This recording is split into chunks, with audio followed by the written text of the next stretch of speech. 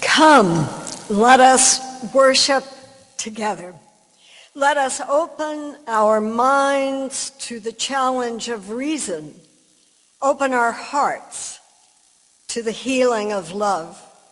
Open our lives to the calling of conscience. Open our souls to the comfort of joy. Astonished by the miracle of life, grateful for the gift of fellowship, confident in the power of living faith, we are here gathered. Come, let us worship together. Those words by Lindsay Bates. And now the soul singers and our kids are going to come forward to lead us in a song. But the song this morning, as I'm sure they will explain, is related to some words they are going to give afterwards, because our kids in religious education have chosen the Share the Plate recipient for this month. Is that enough introduction? Good.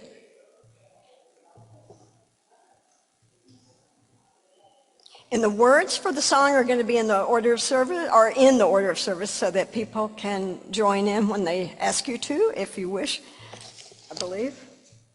If I have more.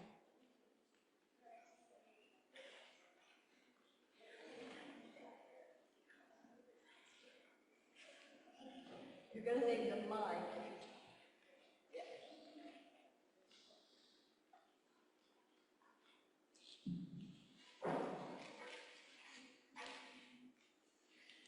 All right, I'm going to play the tune first, and you'll recognize most of the tune. And then I'd like you to join in with us in singing the dog song.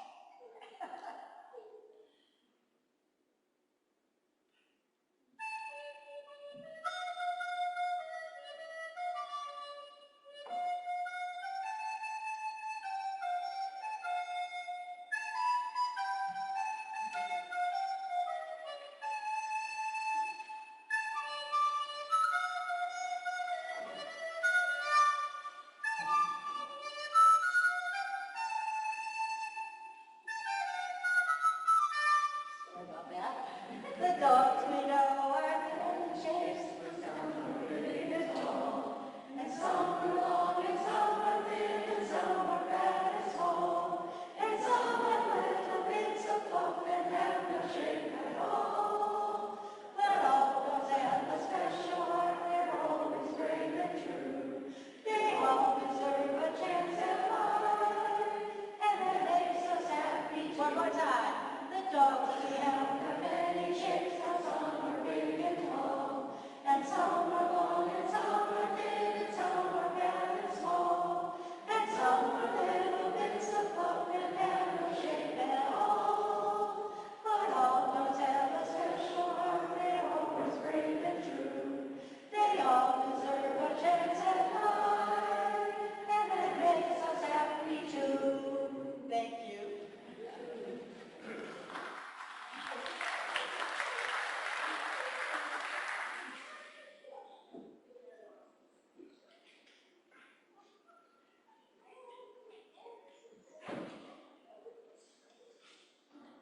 Testing. Last fall, the children's program decided to nominate an organization for Share the Plate. We had a lively and healthy debate about which nonprofit to choose, but only one of 3 possible organizations could be submitted. Each of us felt strongly about one of the organizations, so we all took turns standing up and speaking our minds, sharing our reasons why the charity we chose was important, how the mission of the organization connected to Unitarian Universalism, and why we felt it should be the one nominated. Then, after everyone shared their opinions with each other, we voted. Ultimately, Forever Homes won. It is important that we help these dogs find their forever homes, because without us, these dogs will be on the streets, hungry, thrown away by their owners, without someone to love them. Without dogs, we will experience trauma, thirst, diseases, injury, and death. We are happy to support an organization in our state that does good work for these sweet souls. Woof. Thank you. Thank you. Thank you. And now would our chalice lighters come forward, please, and lead us in the lighting of the chalice and the words for it.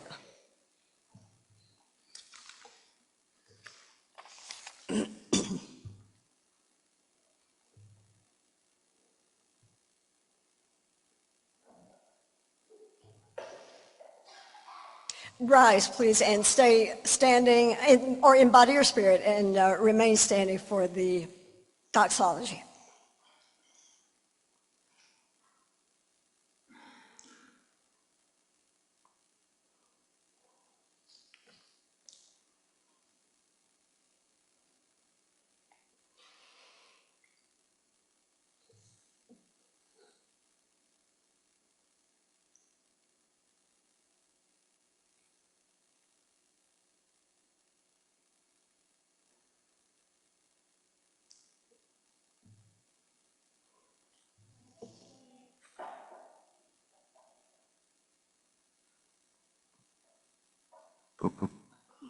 Let this flame be to us a symbol of the wholeness we seek.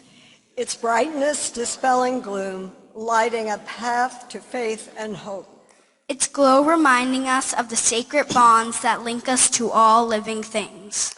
Its radiance calling us to cast the light of freedom, justice, and peace upon all the world.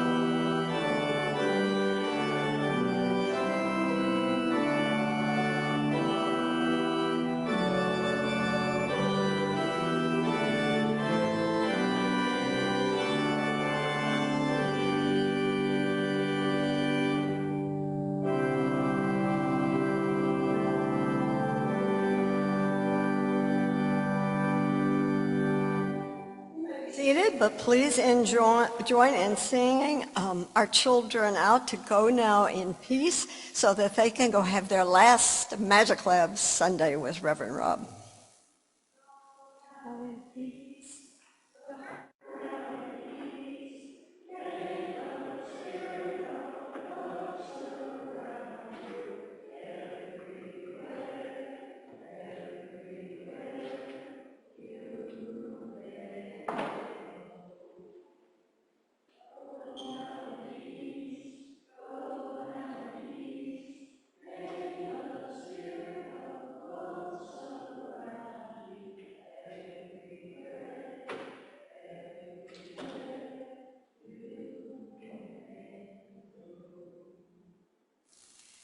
Good morning and welcome. I am the Reverend Susan Milner. My pronouns are she, her, and hers, and it is my honor to serve as interim minister to this historic and vital congregation. We gratefully acknowledge the Patuxet Wampanoag people on whose ancestral lands we are gathering today. We commit to support and honor their history and their culture, such as through the scholarship that we have been raising money for to provide to an Indigenous student. We welcome all of you, members and friends and newcomers, those who are in the room, those of you who are online joining us through Zoom today. We're just as glad you're here as we are that the people in the room. And in a bold statement that is really challenging to live, but that we seek to live, whoever you are, wherever you are on your spiritual journey, whatever your age, for this 1 hour, we want you to feel welcome here and to feel like part of this congregation. And if there's anything we can do to make that more possible for you, don't hesitate to let us know.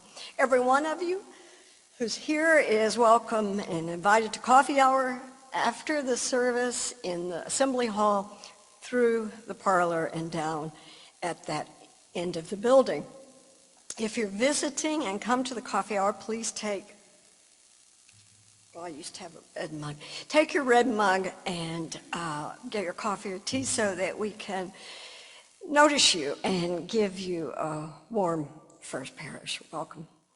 I want to draw your attention today to a new pew card. We have some really good pew cards, including some that are just toward created for and geared at this church, and this is one of them, a new one, Social Justice at First Parish Church. It lays out the mission of social justice here, and it tells you the projects that we're involved in both service and education and advocacy that you can be part of if you would like to be. So just notice those. Is there anything else I should be announcing, Cindy? Summer fair, don't forget. I mean, this is a big deal, and it's going to be fun. It's going to be my first ever, and I can't wait. And it will be beautiful weather that day. All right, if that's that, again, welcome. And now we're going to do what we do every once in a while. I'm going to invite you, if you would like to light a silent candle of joy or concern or sorrow. That's what the table of votives down here is for. And Ed, I'm sure, is going to be playing something for us. And just come forward as you feel the need and light a candle. You don't need to say a word.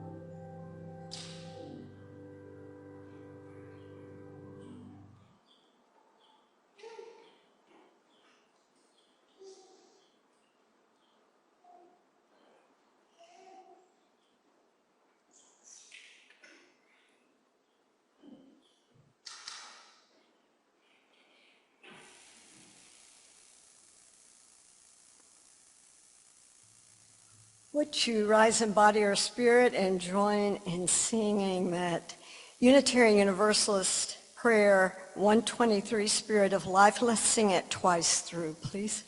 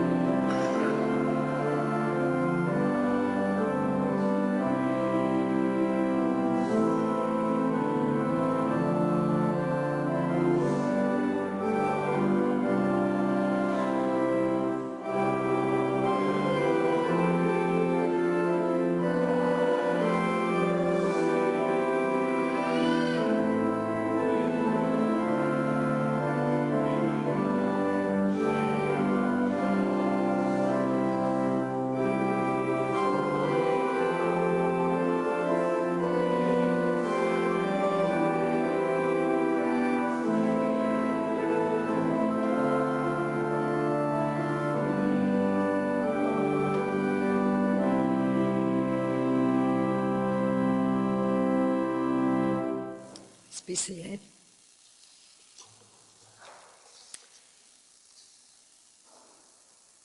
And now would you join please in a spirit of meditative prayer, attention, intention.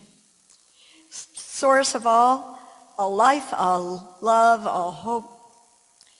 We give thanks this morning for all the gifts and blessings of life, for this day, for the beauty and wonder and mystery of life, for our family and friends, for health, for work, for opportunities to learn and love and grow, for the love and support of others in times of illness or despair, for community with all its challenges, but all of its beauty and in sounds, including the beautiful sounds of a child, and you don't have to worry about that. That's a prayer too. But we remember that many live in poverty, hunger, fear, illness, isolation, violence, war, and economic insecurity.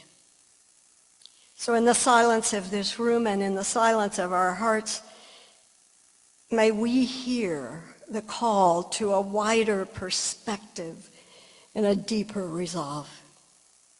May we live with greater compassion and care for ourselves, for others, and for creation. May we touch each other more deeply, hear each other more clearly, and see each other's joys and sorrows as if they were our own. May we strive to be and become more than we are, but only in this sense, more loving, more forgiving, more kind, more honest, more open, more connected, more whole. May we heal and be healed. May we face the uncertainties and tragedies of life with hope and faith and courage, knowing that life is good and that we are not alone. And in these moments of silence with the sounds of the room and the world, may our hearts speak silently all the prayers of our lives, our soul's greatest joys and deepest sorrows, our triumphs and failures, our regrets and fears, our disappointments and losses, our hopes and dreams. So now let us enter into the silence.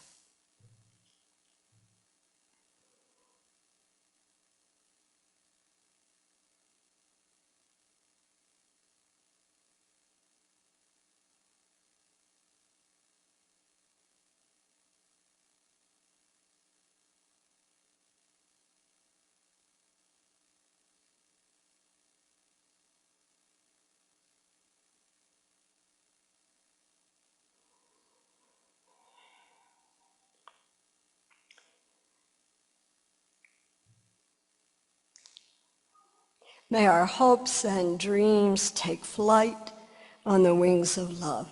Amen. That was adapted from John Saxon.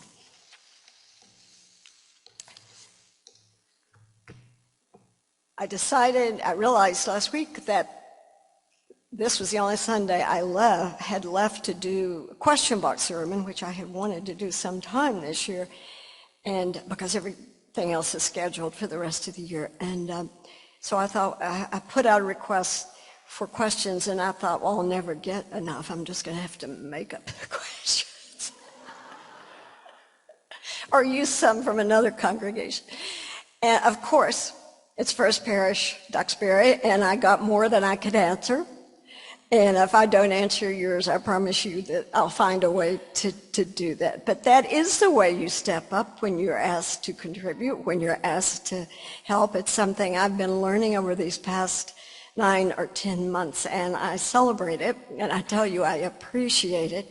And I hope that I and your music folks and all the rest of us in leadership step up in an equal way when we need to. I hope you perceive it that way, and so that it's a very reciprocal thing.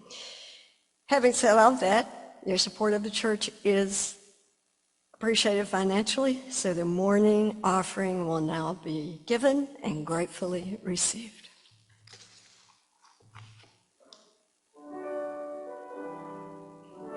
Wait. What's wrong? What did I forget? Oh, sorry. We are doing Share the Plate for the animal organization, which somebody's going to have to, I didn't quite catch it. What is it?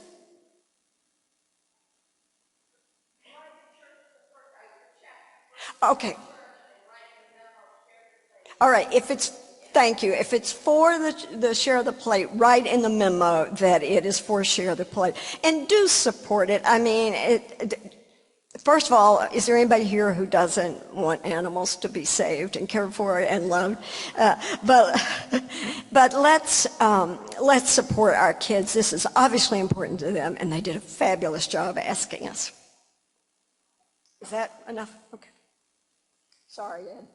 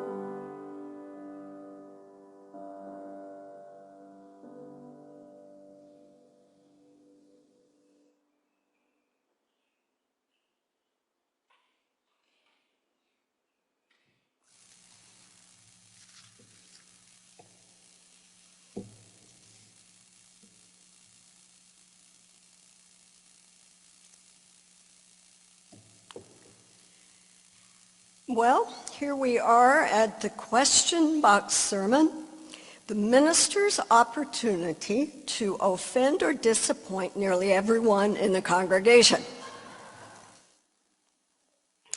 Since I often start my sermons with a personal story, let's start in a similar place. Oh, and again, I could not answer all the questions, and some I put together kind of if they were on the same topic. How have you liked being part of First Parish Duxbury so far? I have liked it very much. I quickly felt at home here in this room and most of all with you, and that is a lovely way to start an interim ministry. It is not always that way. And believe me, if I did not like it, I would not be contemplating another year of careening through the Tip O'Neill Tunnel, bullying my way onto Interstate 93, and then creeping down Route 3 every week. What are your favorite things about First Parish? I like your strong sense of community and the affection that people have for the congregation. I like your comfort with worship in the way that you value it. Those are just great for any minister. And of course, you have had nearly 400 years of practice.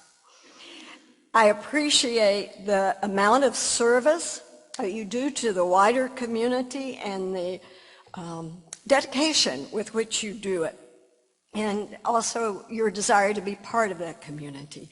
The way you can get things done, especially practical things, is inspiring. You know, I'm worrying about how they're going to happen, and they're already happening. I love that you let your children make a decision like share the plate recipient. That you're really letting them practice democracy and practice their faith. What are your least favorite things? I would not touch that question with a 10-foot paddle. Actually, I have one. Our mutual inability to light candles.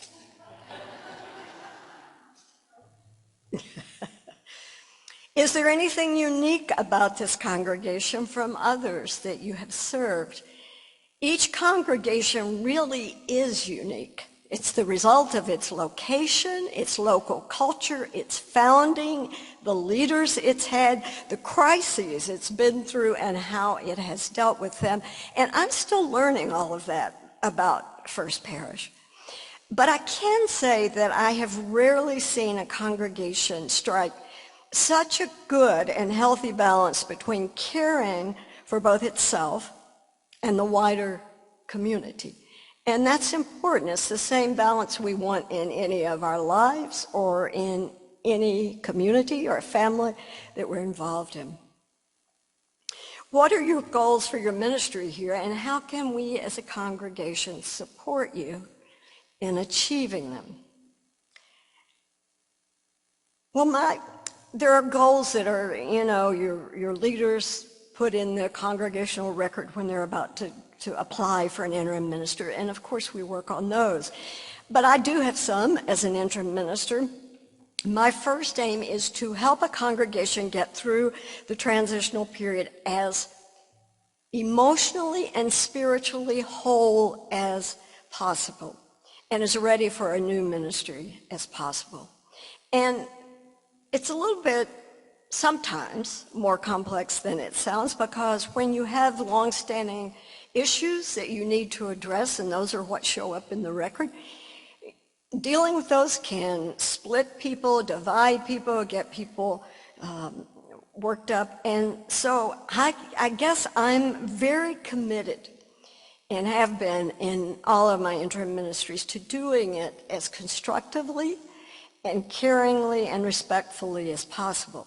To me, that involves some listening, but it also involves a lot of honest and direct communication. Now, some of the work of getting ready for that next chapter comes in the transition reflections that we've been doing in groups. Some of it is certainly happening on the board or in committees, but some of it also happens from you and I forming a relationship, building trust, which is what those first few months are so important in, and then in a healthy and graceful way, bringing that to a close next year. You will be well practiced in that kind of attaching and letting go when your new minister comes. And I'm all too well practiced in it. And believe me, for those of you who worry about making that transition, when you have a real live candidate that your search committee is excited about and you spend 8 days with that person, the transition from interim to settled will happen, and it will happen naturally. I have never not seen it be the case.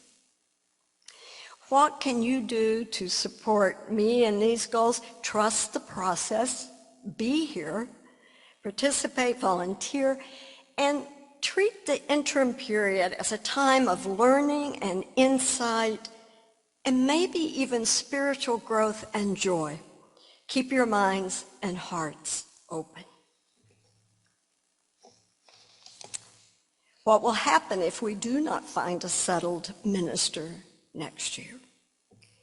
Well, if that happened, you would have the option of trying to hire a contract minister for a designated period of time, or possibly having, if you still felt like there was work to be done, having a third year of interim, probably with a different interim minister, Route 3, Tip O'Neill Tunnel. But to be clear, I don't anticipate that happening. I really don't.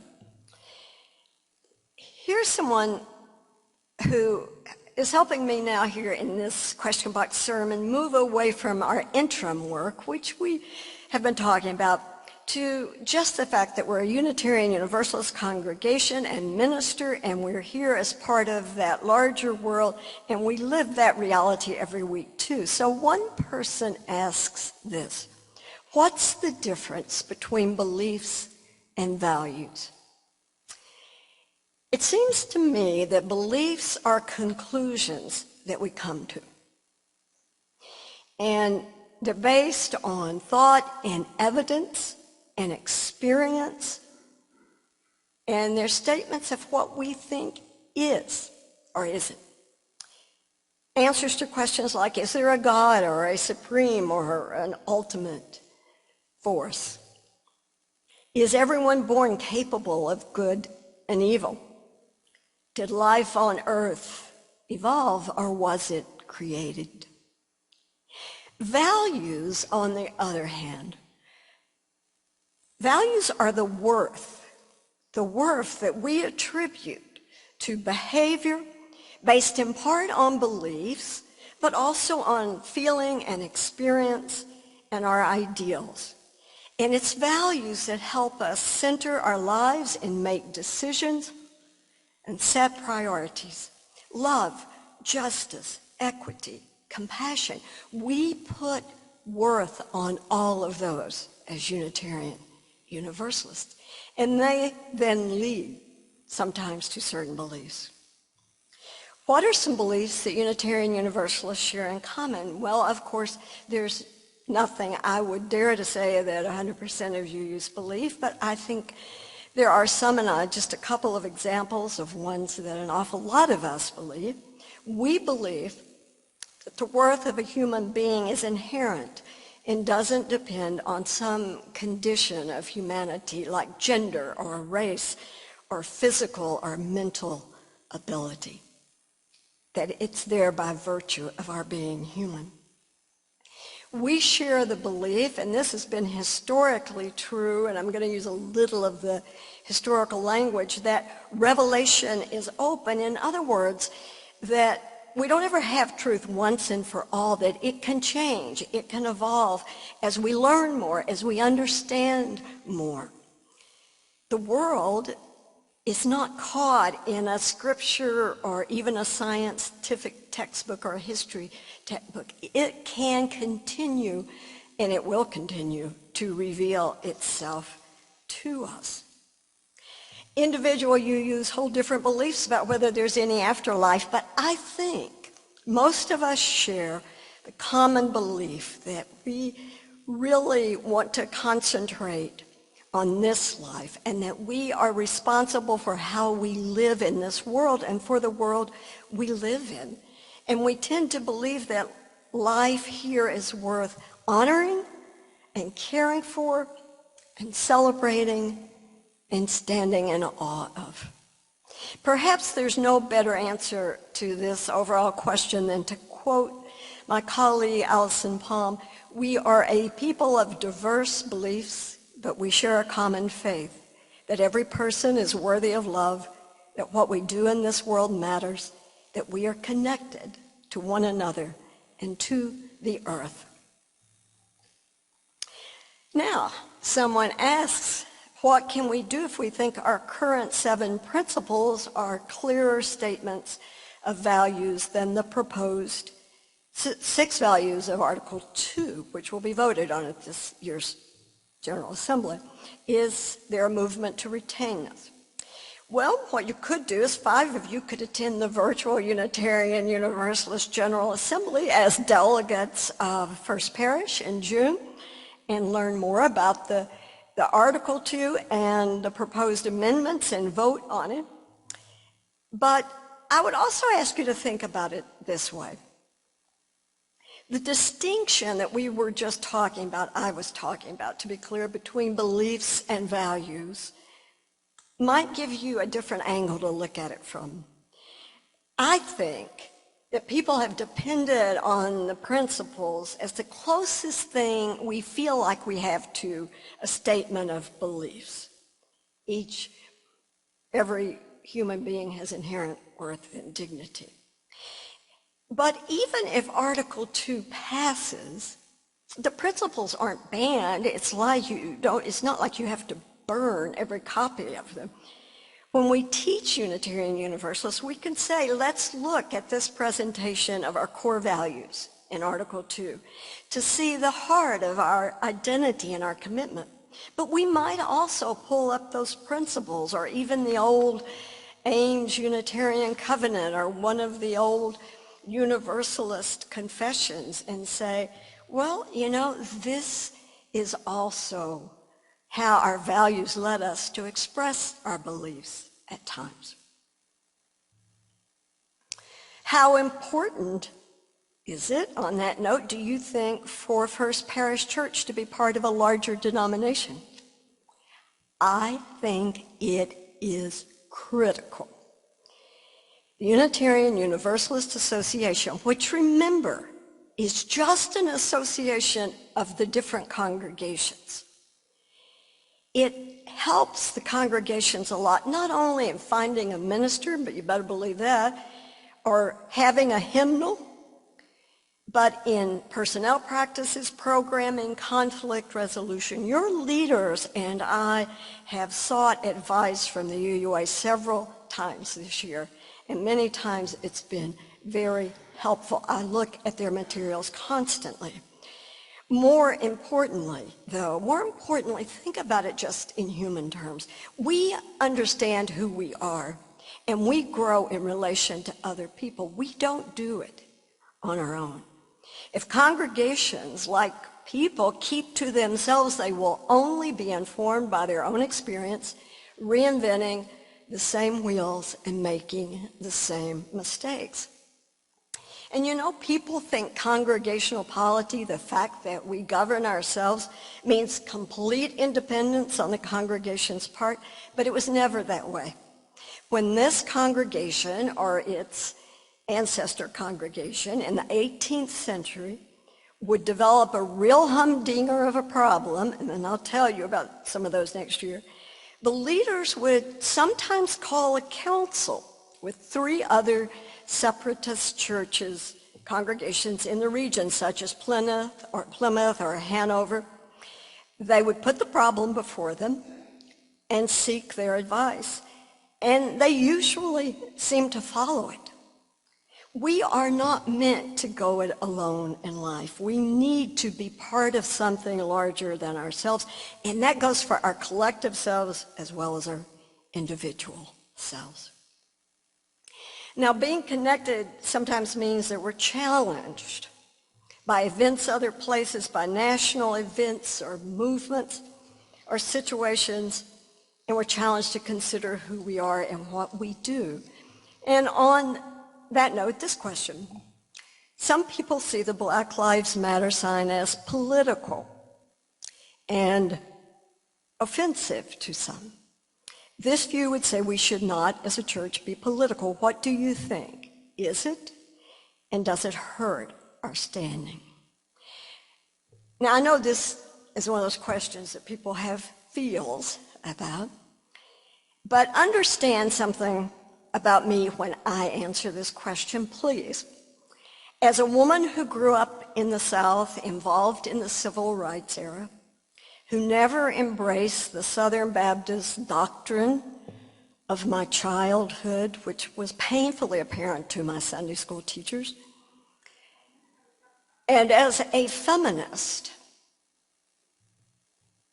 came through the women's movement, I honestly have been offending people my whole life just by being who I am.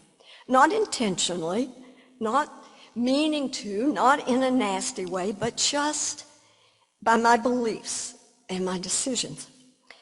And so to me, I ask a different question about something like a banner that's a statement of conscience.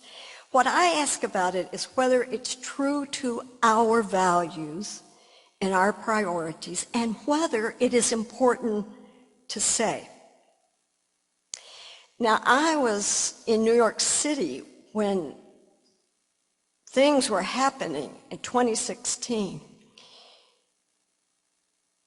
And murders happened, and I was at a big rally in Washington Square. And I came in and said, we need to put Black Lives Matter in our information box outside. I think it's still there. But the truth is that most congregations put those signs up to say that Black lives which have been taken unjustly because of our history in this country have the same worth and dignity as anyone else. And the signs, as we have seen them, call us to conscience and reflection and action. And they also say something else. It's up to all of us to address the problem. It's not a Black person's problem. It's an American problem. And the other thing I think about when I think about how those banners strike people, and I know that they're sort of a kick for some people from the way they understand them, and I don't want people to feel unwelcome here. But I also think about if a person of color who lives in this community drives by this church and sees it, does it give a little hope and encouragement? What does it say to that person? And that's one of the other things I've always thought about. Is it political? Well, I've got to tell you, in this day and given the last many years, I can no longer draw an easy line between political and what? Religious values. You know, so many times I've heard conservative Christians talk about avoiding the political.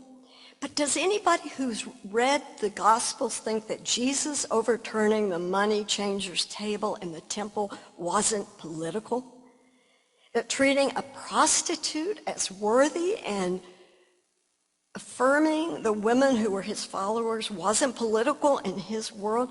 There's a difference, I think, between partisan political affiliation and values. And as the world keeps having to learn, tragically, not speaking up is a political choice as well. That's my perspective on it, quite honestly. And it comes back to this: when history's told, how will our children and their children see what we did or did not do about the most serious problems in the world we leave them, from climate change to whether our democracy survives, to, of course, problems with race and gender. Thinking about our children, this question We believe that the UU Church has much to offer young children and families, but many young parents feel that they, as good, kind people, are raising their children without church to be the same. What can one say to them in support of the UU Church and religious education? Well, first we can acknowledge that, of course, parents are the primary transmitters of values to their children. But you know, parents cannot give their children community because even a large extended family isn't quite the same as a community of people you don't know with differences who can affirm and accept our children. But I would also say that our congregations can do some things better than parents. You'd be hard-pressed to find parents who can give youth the quality of sex education that OWL classes do. OWL works and has been our most successful program, not only because it's comprehensive, and let's admit it, forthcoming, but precisely because the facilitators are not family. And just as importantly, in a consumer society that constantly sells everything and pressures young people to fit a mold and to buy into something, they need a spiritual center where they can be part of something larger than themselves. They need to discover what they value, such as advocating for the humane treatment of animals. They need a place of ritual where their pets can be blessed next fall, their siblings dedicated, and the lives of their loved ones mourned and celebrated at the end. And on that final note, finally this question, I would like to hear your thoughts on planning a memorial service. When I was in my last year of divinity school, I did my thesis on Unitarian Universalist eulogies and memorial services. So I have so much more to say about this than you want to hear. And I'm going to spare you it today. I almost read to you from my thesis, but it's pretty academic. But briefly, just this. It's the first thing to think about in planning a memorial service, yours. And that's to answer this question. Are you planning exactly the service you want to happen? Or are you empowering those who survive you to plan a service that honors you but also meets their needs? Most people would love to know the poem or piece of music that you love, but their grief may call for something else too, a song they shared with you. And sometimes we can't find the things when people are very specific about it, or we don't have a way to produce it. And there are people who like to do that. I've known of people who wrote their own eulogies and had those presented. But the question is, do you have someone you trust to honor your life with integrity?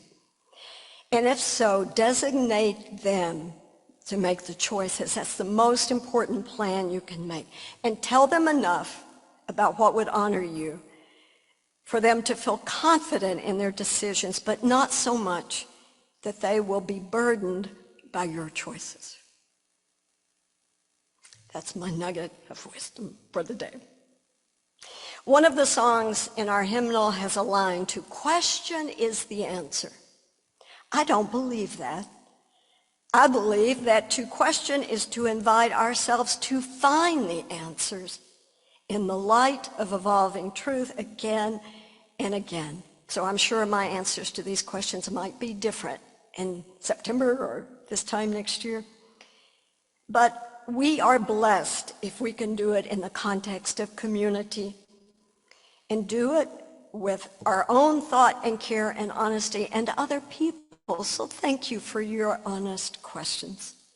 And when we have drawn our last breath, we trust we can be remembered as having lived deliberately with others in a journey of love and hope.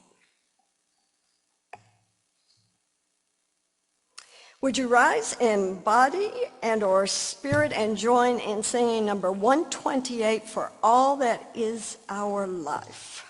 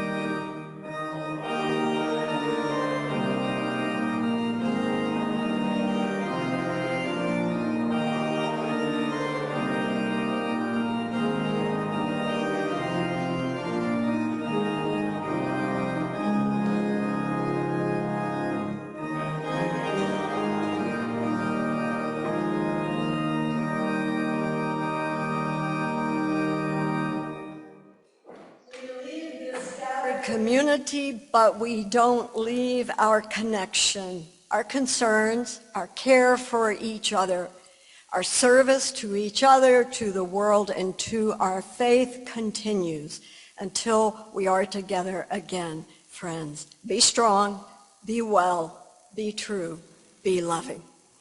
Those words by Cynthia Landrum.